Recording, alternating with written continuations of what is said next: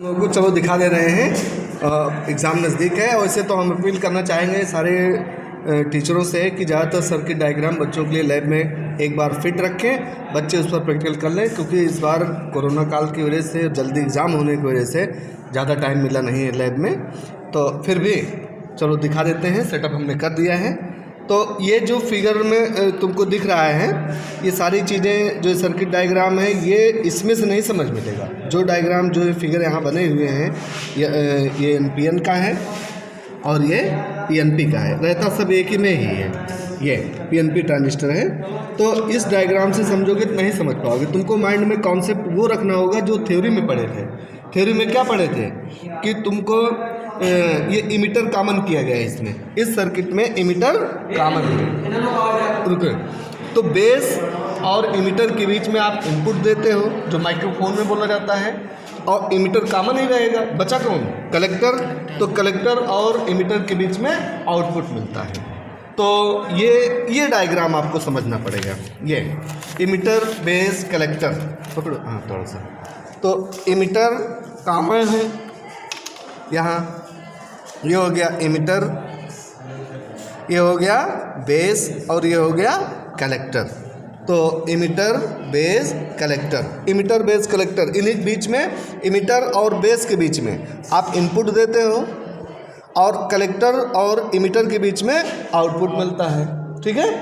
ये किसी भी क्लास को, BSc में भी, BTech में भी, MSc में भी, अब तो इंटरमीडिएट में आ गया, पहले ये नहीं था, ये प्रैक्टिकल आ गया है। तो आइए हम इसको समझाते हैं कि इसकी लीड और सर्किट डायग्राम कैसे होती है। सर्किट डायग्राम तुमको माइंड में ये रखना पड़ेगा।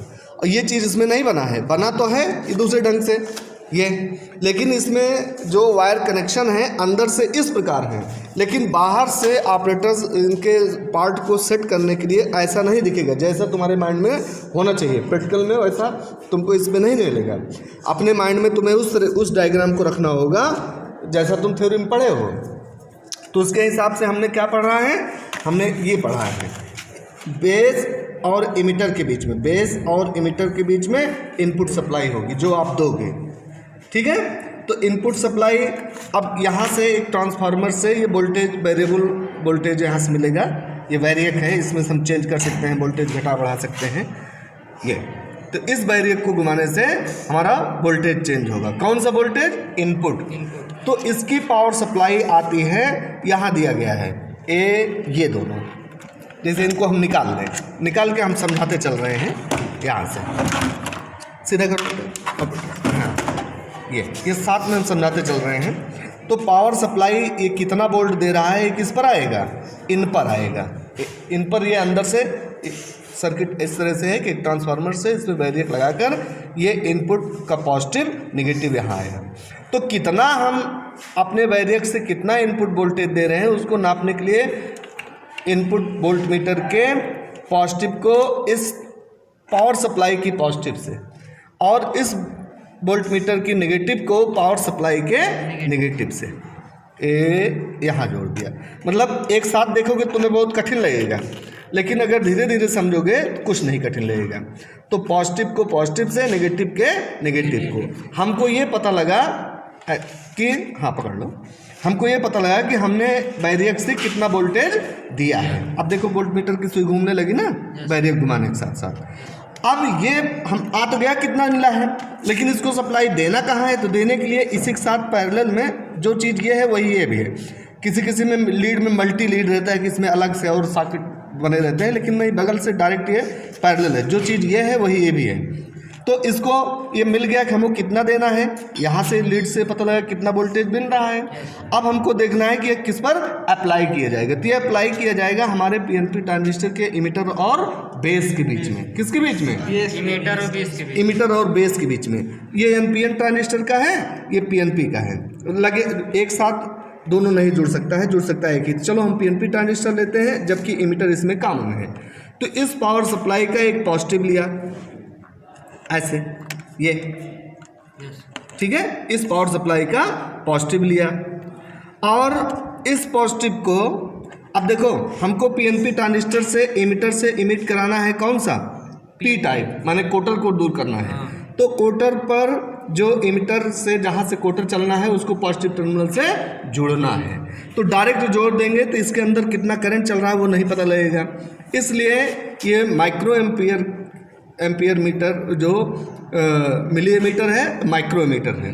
तो माइक्रो एमीटर को सीरीज बनाते हुए आगे ले जाएंगे। तो इस पॉजिटिव को डायरेक्ट हम यहाँ किसके साथ होना चाहिए था हमको, इमीटर पर। किसके साथ होना चाहिए था, इमीटर पर। तो इमीटर यहाँ है ये इसको हम यहाँ कर देंगे। ये पॉजिटिविटी हमारी पावर सप्लाई की इनपुट की चली आई किसके पास, पीएनपी के इमीटर पर। लेकिन अब इसमें कितना करंट चल रहा है इस लीड में कितना करंट चल रहा है ये हमको पता नहीं लगेगा। तो इसके लिए हमें क्या करना है, इसे माइक्रो एमीटर से गुजारते हुए आगे बढ़ाएंगे।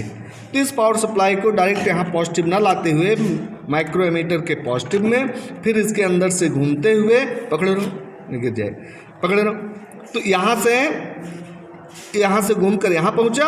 अब इसे हम ले आएंगे कहाँ, इमीटर पर। ये मतलब डायरेक्ट इसमें ना ला करके इसमें से घुमाते हुए सीरीज में ले आएंगे इमीटर पर, हमने लगा दिया। ठीक।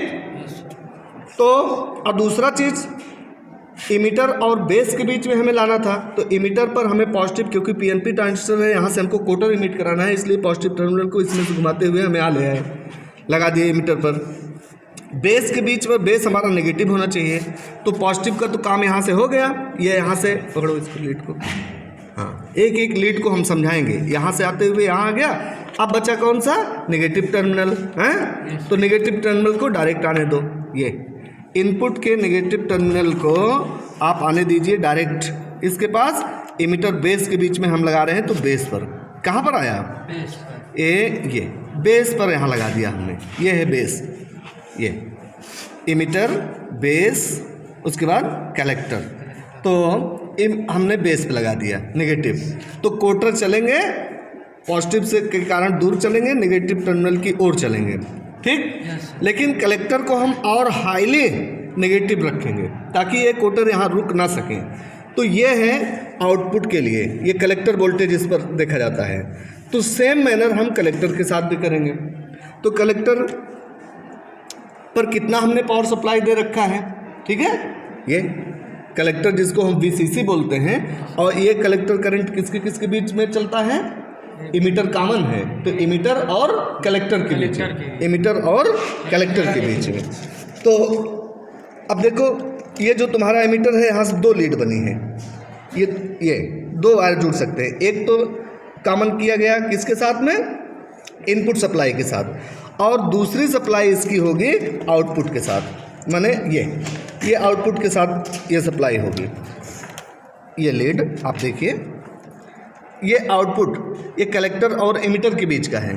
तो इस लीड को हमने कॉमन कर दिया किसके साथ, ये इमीटर के साथ। इमीटर के पॉजिटिव को इस ये, तो इमीटर और कलेक्टर के बीच की जो बैटरी है VCE या EC, उसके पॉजिटिव के साथ इसको कॉमन किया। ठीक है। हमको आउटपुट करंट मिलेगा कहाँ से, कलेक्टर पर, कलेक्टर और इमीटर के बीच में। तो इसको यहाँ कर दिया कॉमन। ठीक है। कलेक्टर हमारा चूंकि PNP ट्रांजिस्टर है, कोटर को कलेक्टर पर पहुँचना है, इमीटर से चलकर कलेक्टर पर पहुँचना है। इस सर्किट डायग्राम को हम बार बार अपने माइंड में रखेंगे। इमीटर से कोटर चले हैं, पॉजिटिव चार्ज चले हैं और इनको कलेक्टर पे पहुंचना है। तो इसका मतलब कलेक्टर हमारा नेगेटिव टर्मिनल पे जुड़ना चाहिए। इसलिए कलेक्टर को हमने किससे जोड़ा है, ये नेगेटिव टर्मिनल से, नेगेटिव के साथ जोड़ेंगे। तो कलेक्टर को नेगेटिव को, ये है कलेक्टर पावर सप्लाई जिसका पॉजिटिव ये दोनों हैं, ये दोनों कॉमन है, और नेगेटिव ये है। तो इस हमको कलेक्टर को किससे जोड़ना है, अपने, हाँ ये, तो इसका जो है VCE का नेगेटिव टर्मिनल जुड़ेगा कलेक्टर के साथ। ठीक है। लेकिन डायरेक्ट ना जोड़ते हुए हम माइक्रो एम्पियर से घुमा के जोड़ेंगे, नहीं तो हमको पता नहीं लगेगा कि इसमें करंट कितना चल रहा है। तो डायरेक्ट हम चाहें तो इसके नेगेटिव को हम कलेक्टर के साथ जोड़ सकते हैं। ये है नेगेटिव किसका, VCE का, ये नेगेटिव है। इसको हम चाहें तो डायरेक्ट जोड़ दें, हमको फंक्शन मिलेगा जैसा एम्पलीफायर में होता है, हमको फंक्शन मिलेगा। ये कलेक्टर हम डायरेक्ट जोड़ सकते हैं यहाँ से, ठीक। VEC के नेगेटिव टर्मिनल से, VECE ये कहाँ से आया? ये पावर सप्लाई जो इलेक्ट्रिक की है वो यहाँ से अंदर ट्रांसफार्मर लगा के वेरिएक से वेरिएबल वोल्टेज बना सकते हैं। उसके नेगेटिव टर्मिनल को हम डायरेक्ट जोड़ सकते हैं कलेक्टर से। ये लीड है, ये है इसका पावर सप्लाई का। कौन सी पावर सप्लाई, कौन सी बैटरी? EC। हाँ, इमीटर और कलेक्टर के बीच की, इसके नेगेटिव टर्मिनल को हमें कलेक्टर से जोड़ना, लेकिन डायरेक्ट ना जोड़ के हम कैसे करते हैं, हम घुमा के जोड़ते हैं ऐसे। ये नेगेटिव टर्मिनल कहाँ पहुँचेगा? मिली एम्पियर के नेगेटिव के साथ, फिर यहाँ से घूमते हुए ये पॉजिटिव, जो पॉजिटिव यहाँ से यहाँ जाना था वो डायरेक्ट ना जाके इस मिली एम्पियर से घूमते हुए ये चीज़ आई, यहाँ से ऐसे घूमते हुए यहाँ पहुँची, यहाँ से फिर यहाँ, हाँ, नेगेटिव से आते हुए तब हम ये जोड़ना है। हम चाहें तो इसको यहाँ डायरेक्ट जोड़ सकते हैं, लेकिन फिर इसमें से इसके बीच में जो करंट बह रहा है वो पता नहीं लगेगा, इसलिए सीरीज बनाते हुए मिली एमीटर से हम यहाँ तक पहुँचाते हैं। और बाकी इसका नेगेटिव और पॉजिटिव एक टर्मिनल है, उनको किसके साथ जोड़ दो?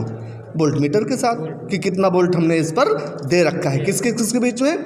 इमीटर, कलेक्टर और इमीटर के बीच में। इमीटर कॉमन है, कॉमन है, ठीक है। तो इमीटर और कलेक्टर के बीच में कितना वोल्टेज है ये हमको पता। ये पावर सप्लाई ऐसे लीड जुड़ती हैं।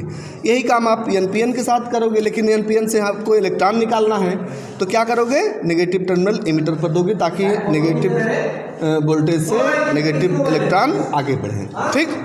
अब इसको चेंज करोगे, ये कलेक्टर वोल्टेज फिक्स रखते हुए इमीटर बेस का वोल्टेज बढ़ाते हो, चेंज करते हो।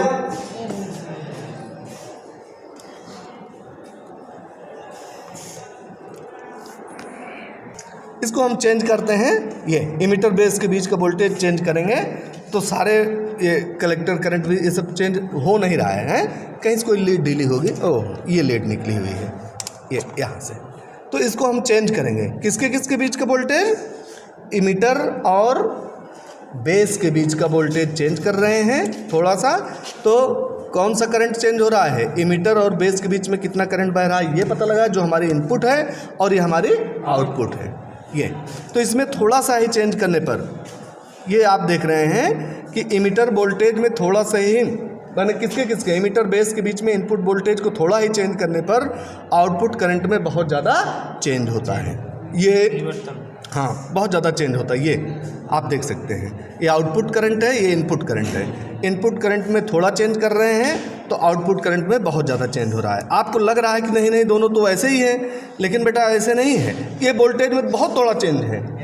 इनपुट वोल्टेज जो हम माइक्रोफोन में बोलते हैं एम्पलीफायर यूज करते समय, ये वोल्टेज में बहुत थोड़ा चेंज हो रहा है, लेकिन आउटपुट करंट में बहुत ज़्यादा चेंज हो रहा है। क्यों ऐसा है? क्योंकि ये मिली एम्पियर है। ये क्या है? मिली एम्पियर है। ये क्या है?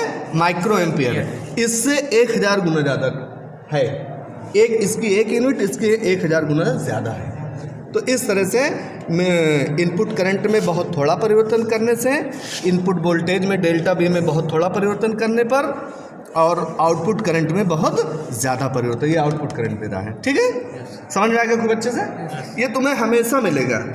यहाँ इंटरमीडिएट में अब आया, पहले नहीं था।